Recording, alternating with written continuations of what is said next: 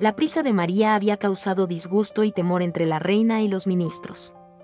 En ese momento, recibió noticias fiables. Aún había gente difundiendo creencias heréticas en secreto. Entre los miembros podría haber algún funcionario de alto rango presente, y ella conocía la ubicación de esta iglesia secreta. Tenía que purgar a estos herejes de inmediato. En ese momento, su tío le recordó que esto causaría disturbios entre la población local, pero María seguía decidida y afirmó que purgaría a todos los herejes franceses, porque el futuro de Europa dependía de ello. En ese momento, Catalina también afirmó que María estaba haciendo lo correcto. Debía demostrar al pueblo la firme postura de Francia. María se sorprendió por el repentino apoyo de su suegra. Catalina entonces afirmó que el compromiso del rey con el nuevo decreto debía demostrarse. En ese momento, los dos tíos de María dijeron que perseguirían a esos herejes, pero María los detuvo. Pensó que el rey debía liderarlos. De esa manera, se podría transmitir un mensaje más claro al pueblo. Pero los dos tíos seguían en desacuerdo porque el príncipe padecía asma. Esto probablemente provocaría situaciones peligrosas. Pero María creía que sin duda podría superarlo. Catalina se limitó a observar en silencio a la gente que discutía acaloradamente, segura de que el príncipe se iría. Entonces, María empezó a dudar de la opinión de su tío. Para ella, incluso dentro de la Iglesia Católica, había herejes.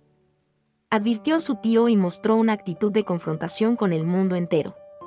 El hombre que decía todo esto era el resultado que Catalina deseaba. Unos días después, el príncipe dirigió personalmente un ejército a la misteriosa iglesia. De hecho, este era el plan de Catalina para secuestrar al príncipe. Los hermanos Guisa también lo discutían. María estaba perdiendo el control. Catalina miró por la ventana. El general la miró como si le estuviera enviando una señal. Ahora quería que el príncipe reconsiderara la alianza con Roma. María dijo directamente que ya lo habían hablado con el príncipe, pero Catalina no quería que ningún desastre ni guerra le ocurriera al príncipe. El príncipe pensó que su madre dudaba de su liderazgo. Su madre nunca había confiado tanto en él como en su padre. A medida que se acercaba la emboscada, el ambiente se volvía cada vez más tenso. El príncipe se sentía cada vez más agitado. Decía que su padre siempre había amado profundamente a Diana, porque su madre nunca pudo darle amor. Su madre era fría y oscura. Incluso sospechaba que su asma se debía a su oscuridad. Quizás esta era la verdadera razón por la que a su madre la llamaban la reina víbora. Catalina permanecía inexpresiva. Ya no tenía esperanzas para su hijo. El príncipe estaba tan agitado que empezó a toser sangre. Finalmente, Catalina se ablandó. Al ver el estado de su hijo, detuvo el carruaje. En ese momento, los asesinos del bosque también estaban listos para actuar.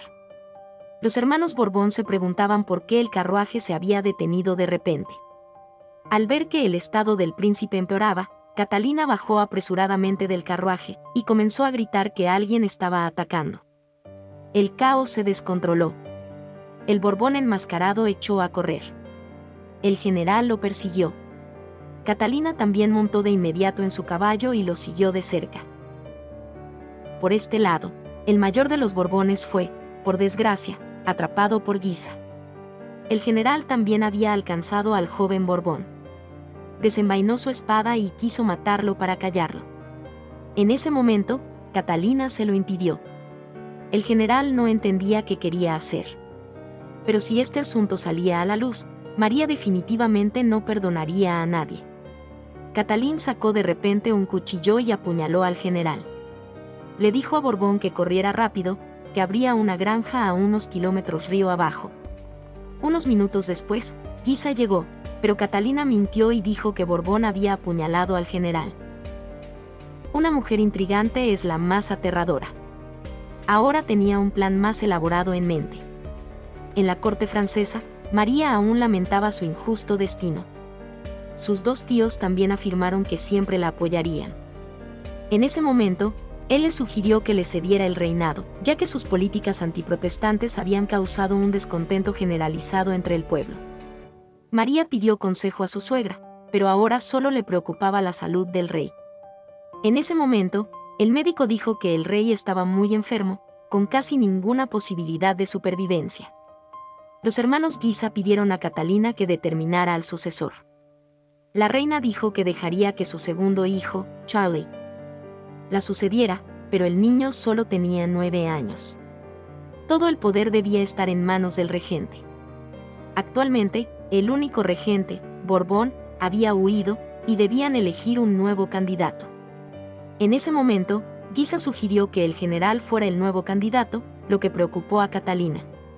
La salud del general era estable, y se esperaba que se recuperara por completo.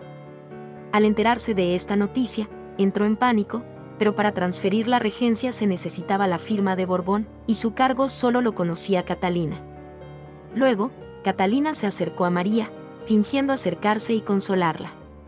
Tras la muerte del príncipe, María sería regente, pero sus 2 tíos querían oponerse.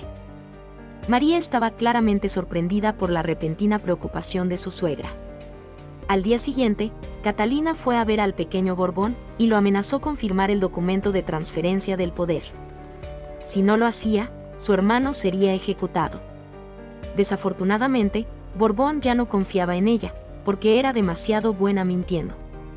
Fue ella quien los engañó para el secuestro. Catalina puso en marcha su siguiente plan. Para evitar que el poder cayera en manos de otros, necesitaba hacer 2 cosas. Primero, ordenó a su criada que matara al general. Desafortunadamente, la criada no logró completar la tarea. Segundo, obligó personalmente al pequeño Borbón a entregar la regencia. En ese momento, el príncipe se encontraba en estado crítico. Catalina fue a ver al mago. El mago le dio algo que podría ayudar al príncipe a aliviar su dolor, pero al mismo tiempo acortaría su vida. Por su parte, el general se preparaba para llevar a su hija a Francia. En ese momento, los hermanos Guisa lo detuvieron.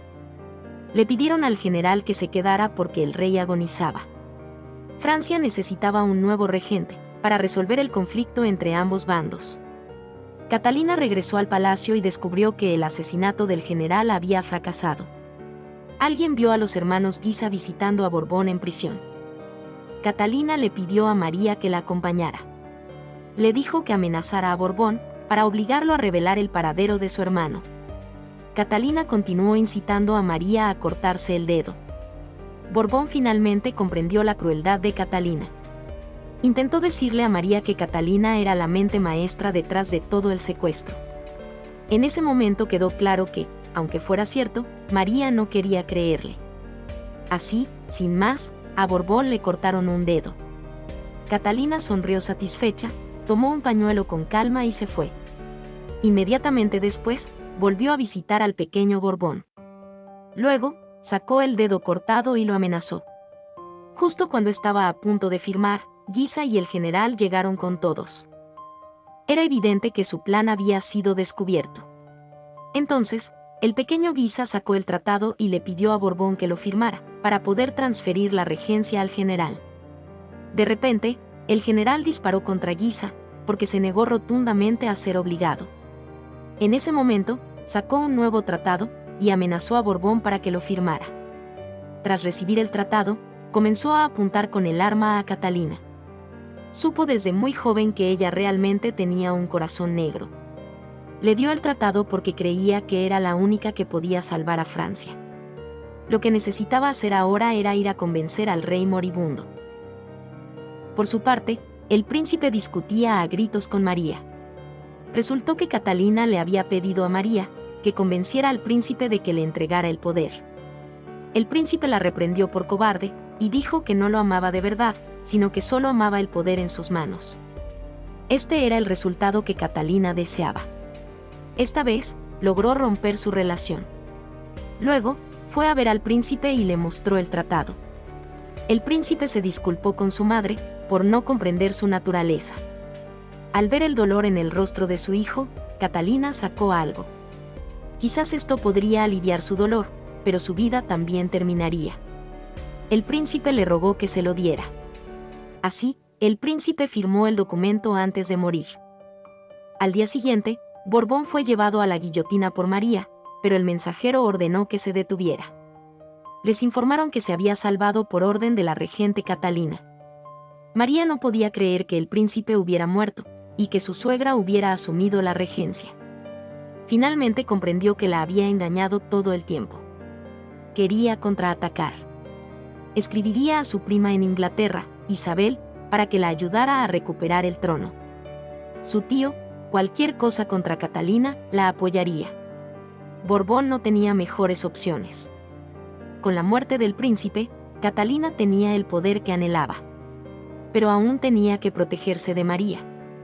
En ese momento, la guerra por el trono entre las dos mujeres estaría en pleno apogeo en el palacio.